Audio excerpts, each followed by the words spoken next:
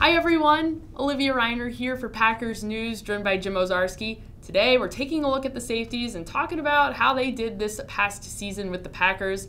Jim, I felt like the safety position just in general seemed to deteriorate as the season went on, whether it was through cuts, physical injury, what have you. What exactly went wrong this past season? Yeah, unfortunately for the Packers, it started poorly and ended poorly. I mean, there's no other way around it. I mean, earlier in the year, it was Clinton Dix and Kentrell Bryce sort of being victimized over the middle of field, deep balls.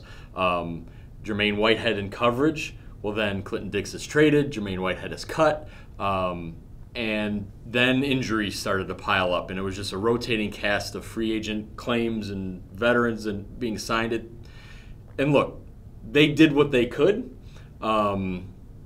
It just wasn't good enough more often than not. And then, Josh Jones, took a while to get him on the field for whatever reason, whether it be early season injury or the coaches not believing in him. And then late, he did play, and sometimes that was a little too uneven.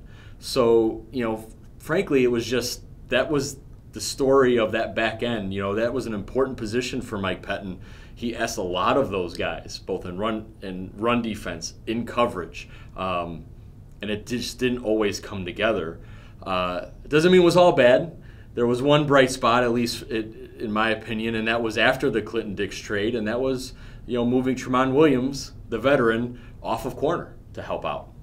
I think that made a big impact on the confidence of that group. You could sort of see it in the way that Truman Williams would talk about it too. Yeah. He is a stabilizing presence for that group just because he has that experience being able to shift between positions. Yeah. He has a more fluid outlook on what it means to play defense in the NFL, and he believes in something that he spoke about in the locker room repeatedly, was that it's your understanding of how the defense works. It doesn't necessarily matter if you're playing one position. So I think his ability to play both was probably very beneficial to some of the younger guys in the secondary, and it was impressive that he was able to handle it. It wasn't always perfect for him, for sure. However, that being said, it's a lot to ask of one person, and I can't imagine that a lot of guys would be able to handle that too. So impressive season for him. Do you think the Packers need to add anyone at safety? Yeah, I think it is one of those big needs.